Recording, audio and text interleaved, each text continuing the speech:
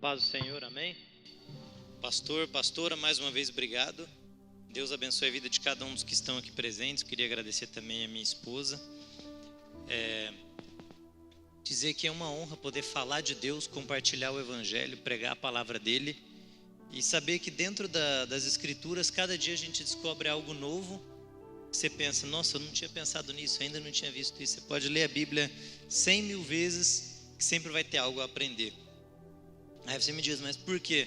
Lá em Filipenses 1,6, o apóstolo Paulo diz que aquele que começou a boa obra em nós, a aperfeiçoará até o dia de Cristo. Então em nós vai sendo aperfeiçoada a obra de Deus até Jesus voltar.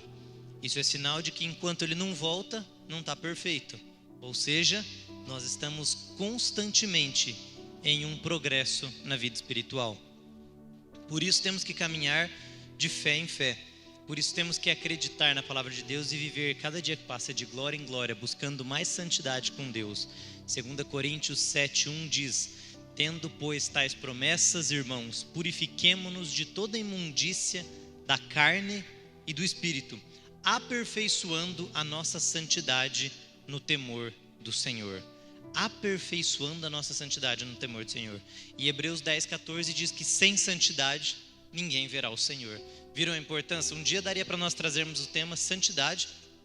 Já ministramos uma ou outra vez sobre esse tema aqui, mas ele nos revela quão importante é estarmos com Deus, lermos a Bíblia, servirmos a Deus, orar, jejuar, falar de Deus, pregar o Evangelho, lembrar dele a hora que acorda, não apenas quando está na igreja, tornar Deus um estilo de vida.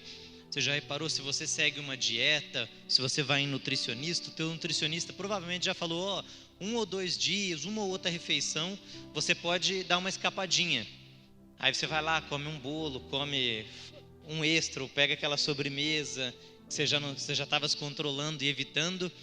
Deus na nossa vida, ele não pode ser essa sobremesa, essa escapadinha. E infelizmente muita gente torna Deus isso na sua vida. O quê? O estilo de vida, o dia a dia mesmo, Deus está fora. Se você falar de religião no trabalho, não vou falar de Deus no trabalho, não converso sobre Deus no trabalho. Se você for, nós vimos há pouco tempo agora o pastor André Mendonça foi aprovado para ministro do Supremo Tribunal Federal. Alguém acompanhou a notícia? Eu não. Quem sabe? Pastor, mais uma irmã lá. Tem alguns que estão sabendo. Lá, quando ele foi falar da fé dele, muitos criticaram. E muitos cristãos criticam também. Onde já se viu você querer colocar um evangélico, um cristão, lá na corte maior do país? A religião é uma coisa, política é outra. Então você acha que quando Deus criou Adão e Eva, ele falou, Adão, estou te criando, mas na hora que você for criar as regras aí com os teus filhos de, sei lá, depois vamos colocar até depois do pecado, se um ou outro brigar, ou na hora de dividir terra, isso tudo vocês não me consultam porque eu estou fora. Essa é a vida civil, esquece eu. À noite vocês vêm, oram e falam comigo. Não faz sentido nenhum. Deus nos criou para termos uma intimidade constante, habitual com Ele, permanente. Aonde nós estivermos, Deus precisa estar com a gente. Ele não é a sobremesa, Ele não é aquele dia da escapadinha. Ele é as nossas refeições diárias. É aquilo que nos sustenta no dia a dia. E quando nós não tornamos Deus um estilo de vida para nós, o problema é que ele vai se tornando, nós vamos nos tornando mais frios espiritualmente, deixando de servir a Ele, e como consequência acabamos sofrendo um grande problema de falta de santidade, falta de intimidade, aí a ausência de paz, colheita de tudo aquilo que a Bíblia nos garante. Hoje nós vamos pregar sobre Salmo 112, então se você trouxe tua Bíblia já pode estar aí deixando no jeito. E aí nós deixamos de usufruir de um monte de dons que o Espírito Santo nos proporciona. Eu li um livro do pastor Luciano Subirá sobre falar em línguas e eu gostei da abordagem dele. Algumas pessoas têm essa dúvida. Será que o falar em línguas é para todo mundo? Se eu não falo em línguas, eu não sou crente, eu não fui batizado com o Espírito Santo? O que acontece? O resumo do livro, basicamente, você se quiser ler depois, é o Falar em Línguas, é um livro bem joia. Mas o resumo da ideia dele é assim. O falar em línguas é um dom que Deus deu, uma ferramenta que Ele deu para todo cristão e aqueles que quiserem fazer uso desse dom poderão e terão acesso. Mas se você não fizer uso desse dom, você deixa de aproveitar algo que Deus tem para você. É um bônus, é um extra, é um plus, é um item da vida espiritual que você pode usufruir Mas se você não tiver mais intimidade, ou quiser buscar mais, ou quiser fazer parte dele, pode não fazer parte na tua vida e você deixar de usufruir algo que está disponível para você. É igual você vai num restaurante para comer, tem um monte de opções de comida, aí você vai falar, não quero essa melhor, ou essa daqui, ou aquela dali. Nós temos na palavra de Deus inúmeros dons e talentos, inclusive o apóstolo Paulo fala, orem para que vocês recebam dons espirituais, valorizem mais do que o dom de línguas, o de profetizar, porque o dom de línguas, ele diz que você não edifica a igreja, você edifica a si mesmo espiritualmente. Então nós podemos pedir a Deus mais dele, nós podemos inclusive pedir por dons. Agora nós não vamos usufruir de nada disso se Deus não se tornar se Deus não for para nós um estilo de vida. É você viver Deus na escola, no trabalho, onde você estiver. Qualquer chance que você tem, fala de Deus. Você não precisa, esse ministro que foi aprovado lá no Supremo, ele não precisa obrigar as pessoas a serem cristãos, mas ele pode impedir com que aqueles que odeiam os cristãos queiram obrigar os cristãos a não terem as suas liberdades, a não pregar, a não falar de Deus, a não poder servir a Deus, ou então a ter que excluir qualquer... Quando eles falam Estado é laico, às vezes eles confundem com um Estado que proíbe religião, e não é isso, você tem a tua liberdade. Por isso que nós precisamos de pessoas que fazem a diferença e buscam intimidade com Deus. E eu vou te dizer, em Provérbios 29, 1 e 2, diz que quando os justos governam, o povo celebra. Então, quando pessoas boas estão no governo, estão liderando, o povo se alegra. O que acontecia no reinado de Davi? O reinado ia bem. De Salomão, havia paz. Quando José assumiu a liderança no Egito, José se tornou príncipe no Egito, não houve fome, porque havia um justo no poder, havia um servo de Deus no poder. Não pense que Deus não quer que nós tenhamos e exerçamos a nossa cidadania de modo completo. Por isso, sempre que você tiver uma oportunidade, fale de Deus. Se você tem um chamado para ser advogado, juiz, médico, promotor, político, persiga esse teu chamado, tentando influenciar as pessoas dentro da palavra de Deus. Nada disso significa que você desrespeita, mas significa que Deus é parte da tua vida, que Ele está com você o tempo todo, que não importa onde você está, você vai falar de Deus. Se as igrejas fecharem, não pode mais, é proibido ter templo, você vai continuar servindo a Deus em casa. Se você estiver doente, não puder sair de casa, você vai continuar falando de Deus na tua casa. Se no teu trabalho alguém afrontar Deus, você com sabedoria e temperança, 1 Pedro capítulo 3, versículo 15, Colossenses 4, 5, 6, com temperança, com sabedoria, você falará aos que estão de fora, para saber como responder a cada um que pedir a razão da esperança que há em vós. Amém? Essa é uma introdução para te encorajar que Deus seja um estilo de vida constante para você, a todo tempo. Salmo 112 é um salmo bem curto, e esse é um salmo que me chama muita atenção, porque ele traz algumas promessas e alguns comportamentos, plantação e colheita, plantação e colheita. E se você perceber, eu vou citando em algumas partes do capítulo, aonde que está o que você planta e onde está o que você colhe. E a título apenas de observação, esse salmo, especialmente o versículo 9, ele foi citado pelo apóstolo Paulo em 2 Coríntios 9, 9. Então isso testifica, confirma a aplicabilidade do Salmo 112, especialmente o versículo 9, que Paulo estava se referindo ao versículo 9, mas é claro que está parte do Salmo. Então isso confirma a aplicabilidade desse Salmo do Antigo Testamento também na era do Novo Testamento. Porque alguns cristãos só vivem de Novo Testamento, como se o Antigo nem existisse. Mas aqui vai, o apóstolo Paulo citou Salmo 112 no seu escrito em 2 Coríntios capítulo 9, versículo 9, o que nos mostra que nós podemos ainda aplicar nos dias atuais. Amém? Olha o que Davi escreve. Todos acharam Salmo 112. Esse é um salmo que depois vale a pena você ler ele com calma, fazer até um quadro dele, meditar nesse salmo. Olha que fantástico. Louvai ao Senhor. Bem-aventurado o homem que teme ao Senhor, que em seus mandamentos tem grande prazer. O livro de Salmo é repleto dessa informação. Ter grande prazer nos mandamentos do Senhor. Olha, louvai ao Senhor. Esse é o primeiro verbo, tá ali, já começa com louvai ao Senhor. Então, engrandecer o nome dele. Bem-aventurado o homem que teme ao Senhor. Então, quem louva a Deus é quem teme a Deus, porque senão você não louva a Ele. E o próximo ponto, bem-aventurado o homem que teme ao Senhor, que em seus mandamentos tem grande prazer. Ter grande prazer nos mandamentos do Senhor é o que a gente falou na introdução. É você estar feliz de falar de Deus. O salmista, em Salmo 122, diz: alegrei quando me disseram vamos à casa do Senhor, no versículo 1. Então ele ficava feliz, hoje é dia de adorar a Deus, hoje é dia de falar, hoje é dia de ir à casa do Senhor. Davi tinha o hábito de orar 7 vezes ao dia, está lá em Salmo 119. Ele tornava a oração, inclusive na madrugada, a oração dele parte da rotina dele, do dia dele. Isso mostra que bem-aventurado é o homem que teme ao Senhor. O homem que teme ao Senhor é o homem que aborrece o mal. Provérbios capítulo 8 diz que amar ao Senhor é aborrecer o mal.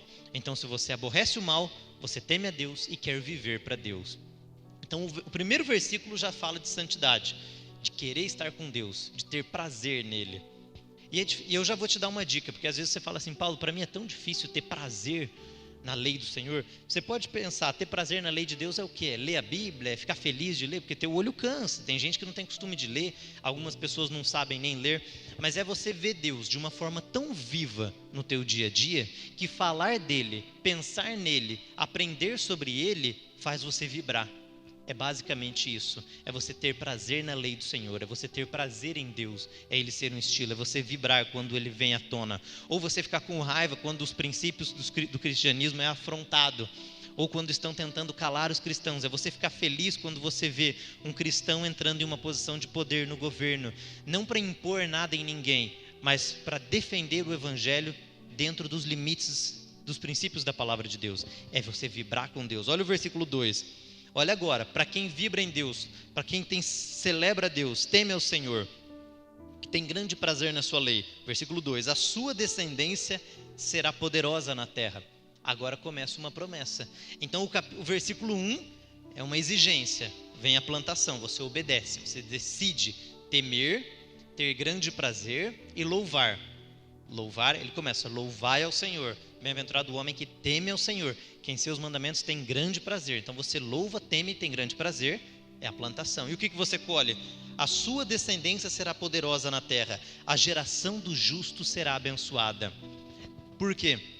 Se você tem grande prazer na lei do Senhor, você aprende os princípios dele. Um deles, não sei se você se lembra, Provérbios 22, 6. Ensina a criança no caminho em que ela deve andar, e até quando ficar velha, dele não se desviará. Você tem grande prazer na lei do Senhor, você aplica isso, e todos esses princípios de colheita que a gente vai ver agora começam a cair dentro da tua vida.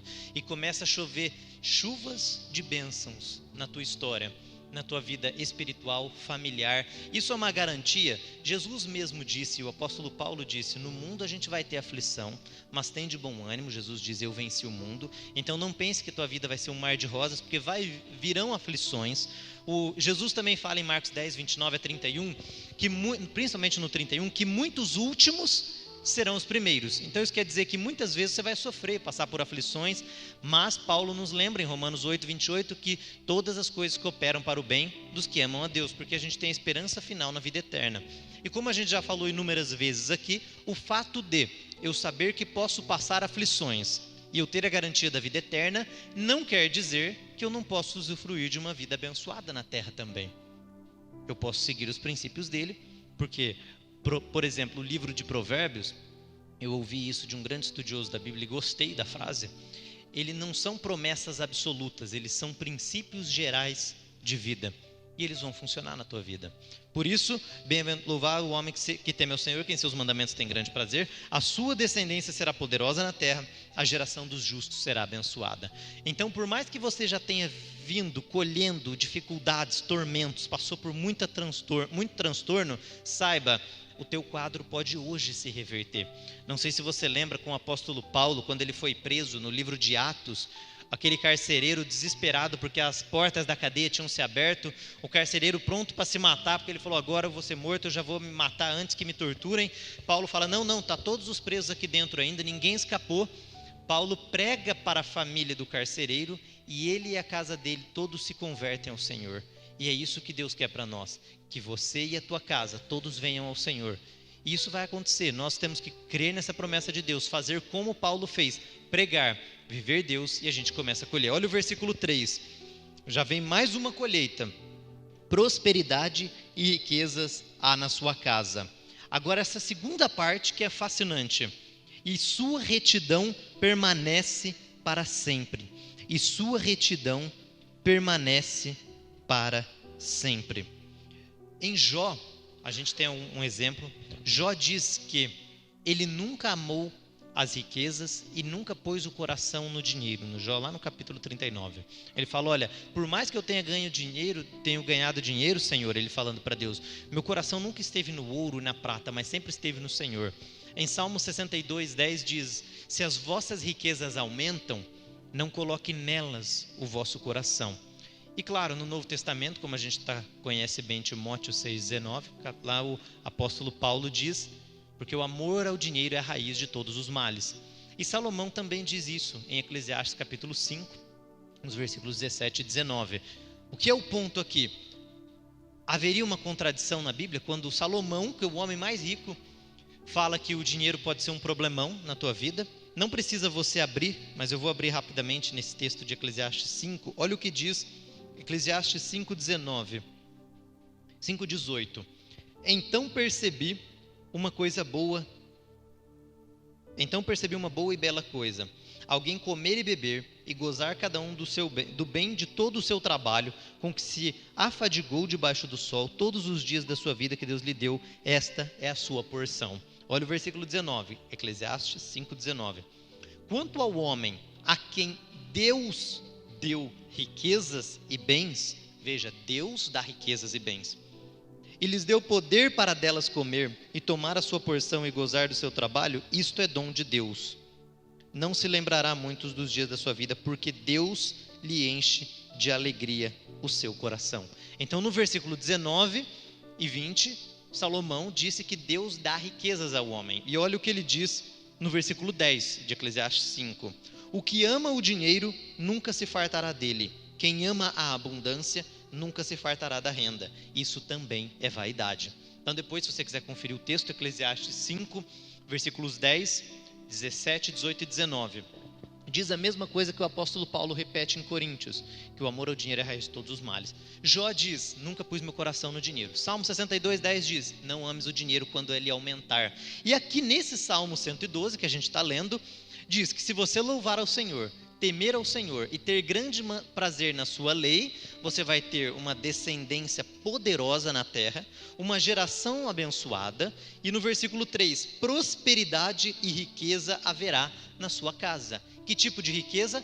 Com certeza é aquela que Salomão citou, que Deus dá ao homem que planta. Dai e ser-vos-á dado. Boa medida, sacudida, recalcada e transbordante vos darão de volta. Lucas 6:38. Então aqui é uma recompensa em riquezas. E a sequência, eu disse que é importante a parte B do versículo 3, que diz, a sua retidão permanece para sempre. Então mesmo prosperando financeiramente, ele permanece firme com Deus e não se deixa levar ao amor ao dinheiro. É uma pessoa justa, que teme a Deus, tem prazer no Senhor, louva a Deus, tem os filhos abençoados e agora a riqueza e prosperidade tem na tua casa, no versículo 3. E mesmo assim, ele permanece sendo reto e justo, porque a retidão permanece nele. É isso que é importante. Naquela parábola, no capítulo 13 de Mateus, quando Jesus conta dos talentos, ele conta que a um foi dado 5, a um foi dado 2 e a outro foi dado 1. Quando aquele que não soube administrar e recebeu 1 talento, escondeu o talento, o rei da terra, o chefe, o senhor da terra volta e fala, cadê os meus talentos? O que tinha 1 trouxe de volta 1, falou, escondi, está aqui de volta. Qual é a indignação do Senhor? Servo mau, por que você não pegou o meu dinheiro e aplicou nos juros, aplicou no banco para que eu recebesse com juros? Por que você não multiplicou o talento? A parábola deixa em aberto o que é o talento. Jesus usa uma ilustração monetária, financeira, para trazer um ponto, que é o quê? Todo o talento, todo o dom, toda a virtude, tudo que Deus te dá, seja ele habilidades, seja ele uma capacidade, seja até mesmo o dinheiro financeiro que você tem que produzir, saber produzir e fazer uso dele para o reino de Deus, para que nós possamos prestar contas diante de Deus. E quando ele voltar, ele fala bem assim, Paulo, eu tinha te dado o dom de pregar, por que você não pregou?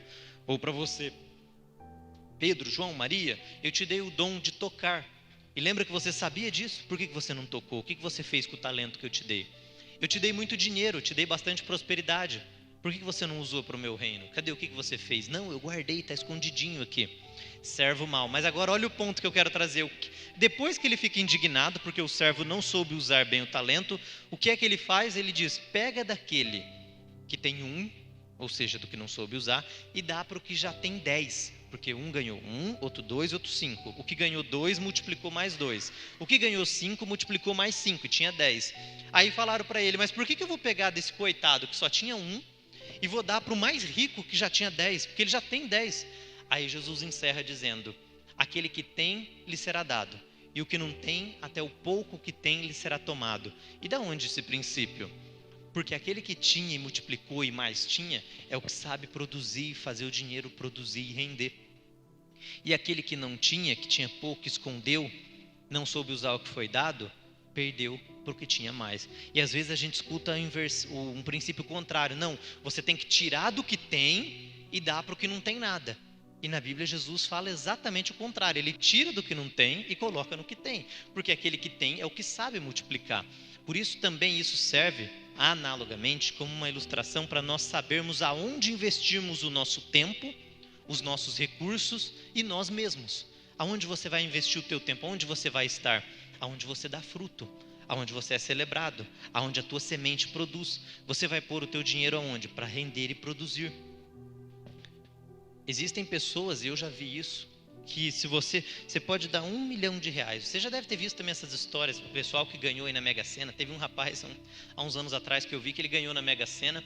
Ele era dono de uma borracharia, ele ganhou na Mega Sena não sei quantos milhões, passou 8 anos mais ou menos e ele virou funcionário da borracharia que ele era dono. Perdeu tudo, cozinhou todo o dinheiro. Era melhor ter dado esse dinheiro para quem não tinha, que era ele, ou para alguém que tinha, saberia produzir e poderia ajudar a manter esses que não têm. Ah, mas e como que faz aquele que não tem? Nós aprendemos a lidar com o que temos hoje, somos fiel no muito, porque aquele que é no pouco, porque aquele que é fiel no pouco, no muito será posto. E vamos progressivamente crescendo. Por isso, não pense que Deus vai te dar R$1 milhão se você não sabe administrar R$1 milhão. Não pense que Deus vai te dar um super dom e talento, uma capacidade, um monte de gente vindo atrás de você e tudo, se você ainda não sabe administrar isso. E veja que quando a gente consegue, ou pelas nossas próprias forças, ou pelas circunstâncias da vida, e você olha muitos jovens que estão iniciando a vida, de repente são expostos a uma posição acima do que eles conseguem suportar, e você vê muito isso com cantor, com jogadores, e até com alguns pregadores aí na internet. Eles adquirem tanta fama, tanto poder, tanta responsabilidade, tanta gente querendo buscar aconselhamento com eles, mas eles não têm um preparo para aquilo, que eles se perdem dos caminhos do Senhor. E quantos você não pode pensar aí agora na tua mente, tentar lembrar, você já vai saber. Pessoas famosas que serviam a Deus e tinham um coração íntegro. Então o encorajamento de Salmo 112, versículo 3, não é apenas que você vai prosperar e ter riqueza, mas é também que você é justo o suficiente para permanecer sendo reto, apesar do tanto que Deus for te dar. E conforme Ele vai te dando de pouco em pouco, você vai sendo fiel no pouco para no muito ser posto. Versículo 4, aos retos até das trevas nasce luz. Olha que coisa fantástica. Versículo 4, aos retos até das trevas nasce luz. Como que está ali? Coloca ali para a gente. Salmo 112, versículo 4. Vamos ver como é que está nessa versão. 112, versículo 4. Aos retos nasce luz nas trevas. Olha só. Até onde você não encontra mais esperança. Parece o fim do túnel, que é um exemplo bíblico. José na prisão. Ele estava nas trevas. Ele tinha acabado de ser vendido pelos irmãos. Ele tinha ido virar escravo de Potifar. Achou que a coisa estava indo bem, numa terra estranha, uma língua estranha, longe do pai, longe da família. Aí ele foi preso injustamente porque foi acusado de ter tido relações com a esposa do chefe dele. Ele estava nas trevas, mas até nas trevas nasceu luz. E ele não só saiu da prisão, interpretou o sonho do copeiro e do padeiro, como ele se tornou príncipe no Egito. E o mesmo para você. Não importa a prisão que você está vivendo, a dificuldade, a dor, a enfermidade, a tragédia, aos retos e aos justos, aqueles que louvam, que temem ao Senhor, que nos seus mandamentos têm grande prazer, que a justiça permanece neles, ainda que com poder e dinheiro, a estes nasce luz nas trevas. Aí ele é compassivo, misericordioso e justo. Compassivo, misericordioso e justo. Muitas vezes a gente pede a misericórdia de Deus, mas a gente não tem misericórdia para com o próximo. Lembra da parábola do homem que devia ao seu senhor tantos denários que ele não podia, tantos talentos que ele não conseguia pagar? E aí o rei olha para ele, não, por favor, me dê mais um tempo, eu vou pagar. Ele podia levar toda a família dele como escravo. E o rei falou, não, está perdoada a tua dívida. Ele sai dali, chega para o companheiro dele e olha para ele e fala, agora você me paga. E o companheiro dele devia algo de um dia de trabalho, uma semana de trabalho. E ele indignado, não, me paga, me paga.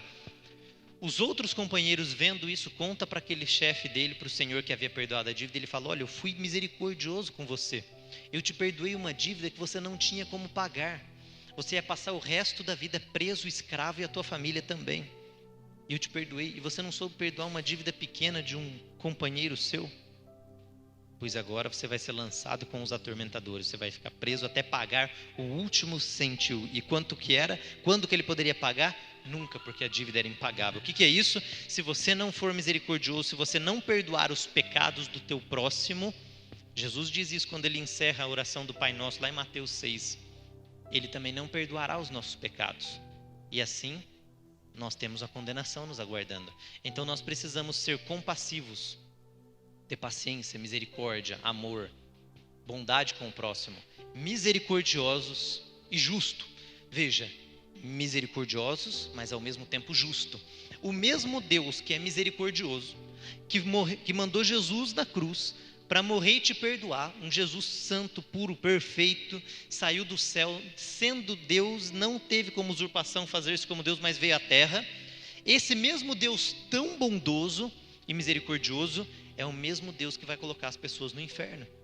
O mesmo Deus que ama Jesus, a prostituta, o homossexual, que ama o adúltero, que ama qualquer pecador, é o mesmo Deus que diz que os que praticam tais obras não herdarão o reino dos céus. Então ele é bondoso, mas ele também é justo. Nós temos que ser bondosos, mas temos que ser justos. Se você for apenas bondoso e esquecer da justiça, você não é mais justo e nem a tua misericórdia surte mais efeito. Você perde até os teus filhos. Há poucos dias atrás, uma mãe olhou e falou, um dos maiores erros que eu cometi com os meus filhos, ela teve 2 filhos, foi fazer tudo o que eles queriam e dar tudo o que eles queriam de forma fácil.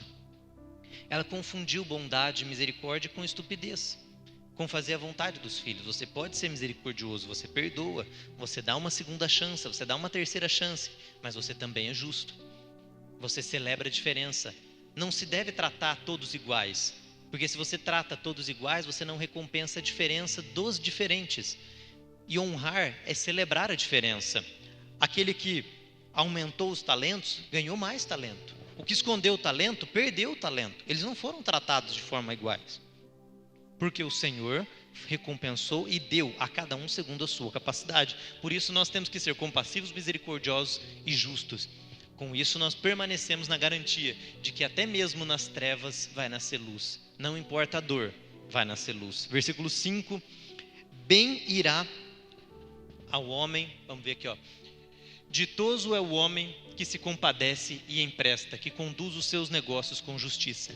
Bem irá, você vai bem. O homem que se compadece, que de novo tem misericórdia, e empresta, ajuda, auxilia o próximo, com os recursos, com os talentos, com os dons que Deus te deu, que conduz os seus negócios com justiça. Versículo 6.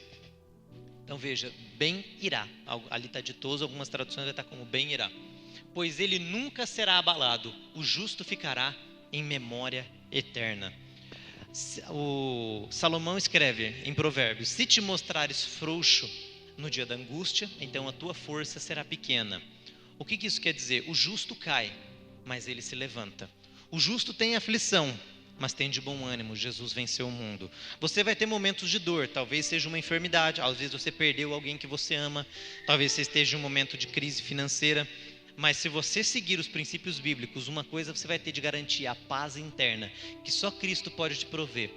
Seguindo mais esses princípios, bem irá ao homem que se compadece e empresta.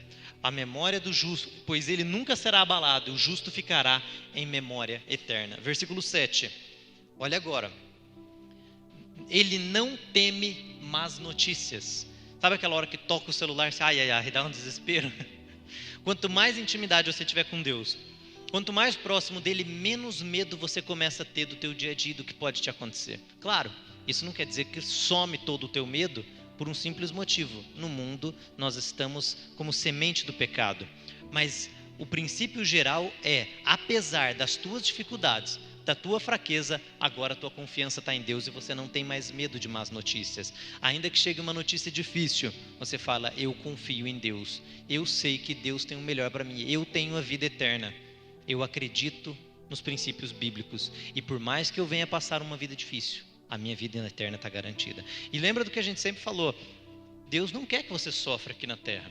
Você pode sofrer como consequência do pecado. Mas o que diz em Marcos 10, 29 a 31? Todos aqueles que abriram mão de casa, campo, pai, filho, irmão, por amor de mim e do evangelho, receberá 100 vezes mais. E aí Jesus fala assim, ainda neste tempo, em casa, campo, pai, mãe, filho. Aí ele termina, e a vida eterna no século futuro. Então neste tempo você vai colher uma vida repleta de bênçãos. E no século futuro, a vida eterna. Ele reconhece que o pecado está em nós e que nós somos semente do pecado e que no mundo a gente tem aflição. Por isso ele finaliza dizendo, mas muitos que sofrerem aqui, muitos últimos, serão os primeiros no reino dos céus. E muitos que aqui tiverem uma vida de regalia, muitos primeiros serão os últimos. Versículo 8. Não, volta no versículo 7, a gente pulou o finalzinho dele. O seu coração está firme, confiando no Senhor. Por isso que a gente não teme, porque nós confiamos no Senhor. Versículo 8. O seu coração está bem firmado. Ele não terá medo, até que veja cumprido o seu desejo sobre os seus adversários. Esse é um ponto interessante. O Salmo 23 diz, prepara uma mesa para mim perante na presença dos meus inimigos. O que isso quer dizer? Todos aqueles que desejam a destruição, a tragédia, a morte, o mal na tua vida, esses desejos não prevalecerão na tua vida, porque você tem Deus. E o teu sonho, as tuas conquistas, os teus desejos, os teus anseios dentro da palavra de Deus, todos eles que combinam com os desejos de Deus, que a Bíblia diz, tudo que pedirdes ao Pai em meu nome, que for da vontade do Pai, Ele vos fará, está lá em João. Quem crer, tudo é possível ao que crê. Pedi e dar-se-vos-á, boa medida. Pedi e dar-se-vos-á, isso em Mateus capítulo 7. Dai e ser-vos-á dado, boa medida, sacudida e calcada. Tudo isso, esse princípio de dar, você vai colher. Quem mais semear, mais colherá também, em 2 Coríntios 9. Todos esses são princípios que valem para você, que confiar em Deus e decidir colocar a tua semente no solo. E aí sim, o desejo dos teus adversários não prevalecem contra você, mas o teu desejo, confiado no Senhor, se realizará. Amém? Então por isso nós podemos ter sonhos, nós podemos pedir, nós podemos crer em Deus e esperar uma recompensa. Algumas pessoas pregam e pensam que eu não posso esperar nada de Deus, que eu não posso. Ao contrário, Deus já começa nos garantindo a vida eterna com a morte de Cristo, que é o mais importante. O que diz em Mateus 6,33? Buscai primeiro o reino de Deus e todas essas coisas vos serão acrescentadas. Deus é o nosso foco. Se eu precisar escolher qualquer coisa, é Deus na frente. Deus na frente de dinheiro, Deus na frente da família, Deus na frente de amigo, de colega, de poder, de fama, de qualquer coisa. Sempre Deus na frente. Buscai primeiro o reino de Deus e todas essas coisas vos serão acrescentadas. As necessidades que nós temos, Deus conhece, Jesus conhece, Ele diz isso. Assim como Ele cuidou dos lírios do campo, Ele também cuida de nós.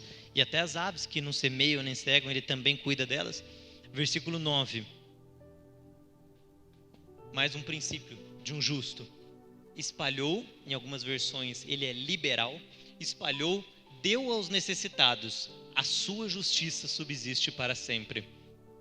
É você ser liberal, você semear, você dar, você não ser ganancioso. O seu poder será exaltado em honra. E o versículo 10 para encerrar.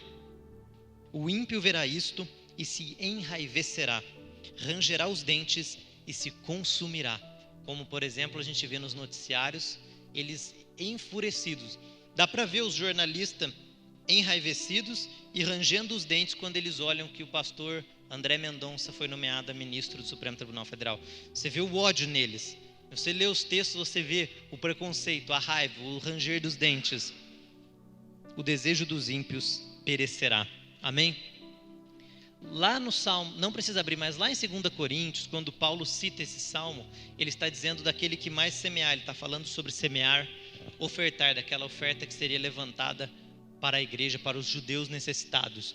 quando Paulo faz isso, ele encoraja-os dizendo, olha, assim como está garantido em Salmo 112 uma vida abençoada, aqueles que forem misericordiosos, que regarem, também serão regados. Isso está lá em Provérbios 11, 24 a 26. A alma generosa engordará, e aquele que regar também será regado. Se você confiar na palavra de Deus e seguir esses princípios, todo esse Salmo 112 é uma promessa na tua vida. E Deus pode garantir isso aqui para você. Basta nós servirmos a Ele, sermos justos, tornarmos Ele um estilo de vida, confiarmos nele. Paulo, mas e se tudo isso que está aí, por alguma intempérie da vida não acontecer na minha vida? Lembra que a gente falou de Ananias, Azarias e Misael, quando eles iam ser jogados na fornalha de fogo ardente, a quem o rei deu o nome de Sadraque, Mesaque e Abednego? Lembra o que eles responderam para o rei Nabucodonosor? Em Daniel 6, o rei fala, eu vou repetir, é verdade que vocês não vão se prostrar diante da minha imagem? Qual foi a resposta que eles deram? Nós não precisamos de te responder sobre este negócio, ó rei, porque o nosso Deus, a quem nós servimos, irá nos livrar da fornalha. E como que eles terminam dizendo? E ainda que ele não nos livre, nós não vamos adorar a tua imagem. O que eu te diria? Salmo 112 é uma promessa na tua vida. E ainda que as coisas virem de ponta cabeça, e você não consiga colher nessa vida todos aqueles sonhos e desejos, nós não vamos adorar a imagem. Nós permaneceremos com Deus, porque temos a vida eterna e os galardões nos aguardando no céu. Isso significa que Deus não iria livrá-los da fornalha? Isso significa que Deus não vai te abençoar aqui na terra? Não, ao contrário, Deus os livrou da fornalha. No futuro, depois eles morreram de velhice por conta do pecado. Mas uma promessa que Deus tem para você hoje, que seria o equivalente a você não ser queimado na fornalha, é o cumprimento de Salmo 112 na tua vida. Grave esses princípios. A única coisa que nós precisamos é buscar intimidade com Deus, temendo a Ele, louvando a Ele, tendo grande prazer na sua lei, sendo justos e retos, compassivos e misericordiosos, regarmos, ajudarmos o necessitado. E com isso nós começamos a colher. Amar os mandamentos de Deus é seguir os mandamentos dele, é ouvir a palavra de Deus, é entendê-la e pregar. Coloca para a gente 1 Pedro 3,15 na tela. Não precisa nem abrir sua Bíblia, olha o que diz esse texto a respeito da nossa função em evangelizar. 1 Pedro capítulo 3, versículo 15. 1 Pedro 3,15. Antes, santificai em vossos corações a Cristo como Senhor, olha agora, e estais sempre preparados para responder com mansidão e temor a todo aquele que vos pedir a razão da esperança que há em vós. E agora Colossenses 4:5, estar preparado para responder com mansidão e temor àqueles que pedirem a razão da esperança que há em nós. É você saber dizer por que crê em Cristo, por que você crê no Evangelho, é você pregar. O apóstolo Paulo fala em Romanos 8, não me envergonharei do Evangelho, porque ele é o poder para a salvação, tanto de judeus como de gregos. Então eu vou falar de Cristo, eu vou saber responder com mansidão e temperança. Andai em sabedoria para com os que estão de fora, para os que não são cristãos, usando bem cada oportunidade, versículo 6. A vossa palavra seja sempre com graça, temperada com sal, para saberdes como deveis responder a cada um. Mais uma vez, duas vezes, 1 Pedro 3,15 e Colossenses 4, 5, 6. É nós estarmos prontos para falar do Evangelho, para viver Deus, pregar e dizer por que cremos no que cremos, por que confiamos em Deus. Mas por que será que seria tudo isso verdade? Eu vou aprender a responder a cada um com temperança. Aí você me fala, isso quer dizer que eu vou ser um expert? Não, isso quer dizer que você vai amar a Deus a um ponto de querer ter intimidade com Ele. Aí se fosse para nós colocarmos de maneira prática, como que nós podemos ter intimidade com Ele? Você estabelecer um horário para orar, para ler a Bíblia, para jejuar, para falar com Deus, chamar a tua família, se encontrar com amigos que fazem o mesmo, falar de Deus em casa, montar um estudo bíblico. Quando ficar no Instagram, olhar ali perfis que são de pessoas boas, procurar acrescentar na tua vida. Você paga às vezes caro em uma roupa, em uma calça, em uma bota, em um carro, um pneu de carro, você troca isso tudo. Invista também em um curso bíblico. Tem curso bíblico online, tem curso bíblico presencial. O online não substitui o presencial, a gente já falou várias vezes. Você sair de casa, fazer todo aquele processo, pegar um ônibus, o carro, ir para um lugar e lá assistir um congresso é diferente de assistir o mesmo congresso no YouTube. Mas se você não tem a viabilidade de sair agora, não perca o teu tempo. Faça bom uso de cada oportunidade. Com isso, a gente está investindo em nós. E nós não podemos investir mais em carro, moto, roupa, sapato. Veja que eu coloquei o carro e o sapato, né? Porque a mulher é a roupa e o sapato, não, o homem é em carro. Vou trocar essa peça do carro, vou comprar isso aqui, um celular novo, aquilo lá. Gasta, mas fica bravo de pagar R$10 num livro, R$50 num curso, R$100 num outro livro, que pode acrescentar na tua vida, que pode ajudar no teu casamento. Oséias 4,6 diz que o meu povo foi destruído porque faltou-lhe conhecimento. Se você não buscar conhecimento de Deus, a tua vida vai vir uma tragédia. Lá em Provérbios capítulo 2, versículo 2, 3 e 4, é dito que nós temos que primeiro estar com os ouvidos atentos, abrir o coração e ir atrás de sabedoria, assim como você vai atrás de ouro e prata. E como que você vai atrás de ouro e prata, que é o dinheiro? Trabalhando 44 horas por semana, de manhã e à tarde, o dia inteiro, a semana toda, o ano inteiro, com um mês de férias, para poder produzir recursos para a tua casa. Salomão diz, procure a sabedoria assim como você faz com o ouro e com a prata. Lá ainda a intensidade era até maior, porque eles tinham que cavar e ir atrás. Essa é a analogia que ele traz. Mas se você só comparar com a forma com que você trabalha, é Deus ser um estilo de vida e não a tua sobremesa. Não apenas aquela comidinha do dia do escape, mas ele ser a refeição diária, da manhã, da tarde e da noite. Em casa, dentro da igreja, se tiver pastor, se não tiver o pastor junto, se tiver com o teu pai em casa, se teu pai não estiver em casa, se teu pai e tua mãe se desviar, você vai permanecer nos caminhos do Senhor. Se vier alguém falar que você está acreditando em uma loucura, você não vai temer e se envergonhar do Evangelho. Jesus diz que aqueles que se envergonharem dele, ele diz 2 vezes isso, somente no livro de Mateus tem 2 referências, ele também nos negará no reino dos céus. E é isso que a gente não quer, amém? Vamos colocar de pé. Então que sirva, Salmo 112, depois você lê ele em casa de novo, simples requisitos para você colher uma vida abençoada. Quais são alguns? Você se lembra? Uma geração poderosa, filhos poderosos na terra, você não temerá o mal, não temerá más notícias, você confia no Senhor, o Senhor te enriquecerá, fazenda e riquezas haverá em sua casa, e a sua justiça permanece para sempre.